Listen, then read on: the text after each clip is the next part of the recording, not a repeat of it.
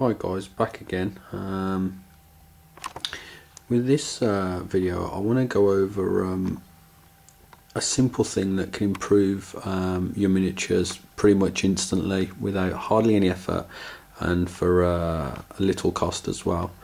Now there's a lot of amazing painters out there that myself I look up to, from professional painters like Mike McVeigh, which some of you old timers I'll definitely recognise that name, to obviously people in the community that I think are the new generation of stars, if you want to use that word. Your Les from Awesome Paint Job, Alexandra from Girl Painting, Christopher from AG Productions. I mean I could go on. Obviously there's loads out there that far better painters than me, and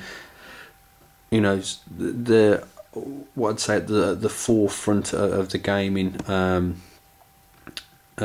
gaming and the hobbyist technology. And what I mean by that is how people from the hobbyist side of things, from like the Star Wars modelers and the World War II modelers, they've been using airbrushes for a while, and people like Les and others like that are bringing that sort of techniques and that sort of technology into our side of things. I haven't got an airbrush myself, as they're quite expensive, but believe me, I would like one, and maybe I will get one eventually. But if you're starting out in the hobby and you just want to improve the things, the models that you're painting, the cheapest and easiest way, I personally believe, to get a big improvement straight away is buying these two things here. You've got your game colour matte varnish and your gloss varnish. These are pretty much the two key things I find to get that extra special finish for a cheap price that most people wouldn't actually go and actually do. I'm going to show you now in the miniature that I've got here, and how I work with the matte varnish and the gloss varnish. Alright, so stay tuned as I stop the camera and gear up for that one. Thanks guys. Okay guys, let's get this guy into shot. This is really poor lighting, I'm doing it quite late at night, so it's all fluorescent lighting. Kids are in bed. It's recording now because it's quiet. If any of you out there have got kids, which I'm sure many of you are, you know that quiet and children don't go together. So I'll make do with the poor lighting for the piece. It's a good trade-off. Right. Well, anyway, jibber jabber aside, as you can see on the chest plate there, if I can just twist it, you'll see the glisten. And this is like an old technique of using the gloss varnish, where I literally painted the metallics first, and whenever I use metallics I use the Vallejo game color metallics, and they're okay. They're the game color range as a whole, it's probably one of the most inferior. I shouldn't be saying this because most of my paints are Vallejo. It's one of the more inferior paint ranges, especially for the new gamer that wants to get a high end paint result. I've got to clarify this. I don't want to put people off game color. If you're just starting out and you want to paint your models to a nice tabletop standard, you can do that with the Vallejo game color, but you've got to work very, very hard with the colours themselves to get a nice finish, using additives like Liquitex, Flow Aid, and watering them down, and you have to stir them frequently because the medium or the binder that's in the actual containers separate. So if you actually really want to take it seriously, you want to get yourself a decent set of paints, probably the model colour, you've got more of a paint range to go with, and that they actually go on the model nicer. But like I say, it's if you're willing to put the time and effort in, like I say, I use the game colour and I can get decent results. It's just playing around with them. But getting past the actual colour side of things, I use the metallics, the Vallejo game colour metallics, and although their actual colour range is not one of the best, the metallics in the game colour range is actually better than the GW ones, I find. I've got an order in at the moment for a couple of the Model Air range metallics, from the knowledge that I've heard, that they're actually much better than the any other metallic out there that you can get, apart from the ones that are based in alcohol. But I don't want to go down there yet. I'm not that good a painter where I'm worried about using those types of paints. Maybe one day. But yeah, Les from Awesome Paint Jobs recommended those, and if he's recommended them, then I'm definitely going to give it a go. So I'll post back results on those. I keep getting off subject. Yes, varnishes. Oh, beeping camera. Oh, back in a minute. Okay, I'm back again, guys. Sorry about all the rambling about paints. Maybe I'll go in depth about different types of paints in a future video. But in the meantime, can I recommend, if you do want to look into different alternatives in the meantime, Les from Awesome Paint Jobs got some brilliant videos up, and so's General Splatten. He's got some absolutely superb videos going into the different types of paints and what he prefers, and I think he pretty much agrees with me that the game colour range is not the best range. Doesn't mean to say it's really bad, but there's definitely better paints out there that you can use. Right, okay, back to what this video is actually supposed to be about, using varnishes. So as we can see, this was how I originally applied my varnishes, straight over the top of the painted area. I've since actually changed how I apply varnishes. I mean, even here it gives a nice effect, especially to the edges of the shoulder pad. They really glisten and shine.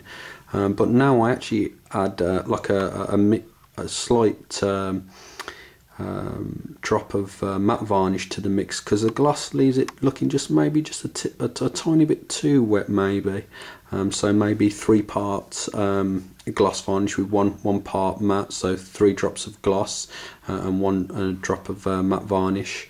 Also, I've started using another technique recently where I actually apply gloss varnish underneath the actual paints I'm using. So I'd base coat the model, say for example if I was painting silver, I'd base coat it in like a black paint, then I'd gloss varnish it, and then I'd be going over that with my metallic colours. Obviously it'd be probably bulk gunmetal, followed by a 50-50 mix of bulk gun and then methyl silver, and then eventually working up to pure methyl silver for edge highlights. And what you'll find is that the gloss varnish seeps through from underneath, because obviously most of the colours are opaque, so you'd see a slight hint of that gloss varnish coming through the metallic colour, the bulk gun metal, and it will give it a nicer finish than if you didn't use a gloss varnish. And it gives a slightly better finish than if you actually paint the gloss varnish once you're finished. But if you mix and experiment with the matte and gloss varnish, you'll get nice results for all your metals, gems, or anything you want to leave with a nice shiny surface. Right, I'm going to go on to use of matte varnish next, okay? Okay, this was supposed to be a 3-minute video series, and for my stupid rambling, it's gone on way longer than I intended it to do. So if anyone is in the possession of a power fist, I'll send you my address and you can come round and punch me in the face. Right, yes, we're on to matte varnish. Okay, matte varnish, the reason why I believe it's a must in anyone's toolbox is, I mean, like here, this is a transfer that I've placed on the chainsword here, and if the matte varnish wasn't on there, between the letters and slightly around the edges, you'd see a gloss finish, but you wouldn't see a gloss finish on the whole of the decal. It'd be just in certain parts, and it'd just ruin the effect that you want from the decal. You want the decal or the transfer, whichever word you want to call it, you want it to look like it's painted on there. And if you don't treat it with matte varnish, you're not going to get that effect. I've got another miniature I'll just bring into view here. You can see here I've placed, let's get him into shot, or maybe not get him into shot. 1 second. There we go. We can see here how on the shoulder pad there, I've put a symbol for the second company on his shoulder pad, and there again we've got the U for the ultramarine symbol, and you can see no sheen at all. I mean, if you see any sheen, it's from where I've put battle damage on, and it's the metallics, but the actual decal itself, there's no sheen whatsoever. So and with the matte varnish, you don't need to do nothing with it really. I mean, you can dilute it, but to be fair, I mean, I've not found that I needed to. I just literally pop a couple of drops in my palette and then paint it straight over the area that I want to be perfectly matte. It also helps sometimes when you've painted your model, and sometimes for some reason, especially with the game colour, where the binder and the paint separated, you might be left with a slightly less than matte finish to a painted area around the model, and it's not left a nice even finish. And coating your model with a matte varnish can help hide tiny little blemishes in the paint. So the matte varnish is good there. If I can get it in to shot, I probably can't, unfortunately, because of the poor lighting. I'll try. But the eyes as well, I've got a gloss coat, because I believe there'll be some form of plastic or some form of glass shielding, so give those a nice gloss, and on the edge of the scope, that's gloss as well. It's a tiny little things that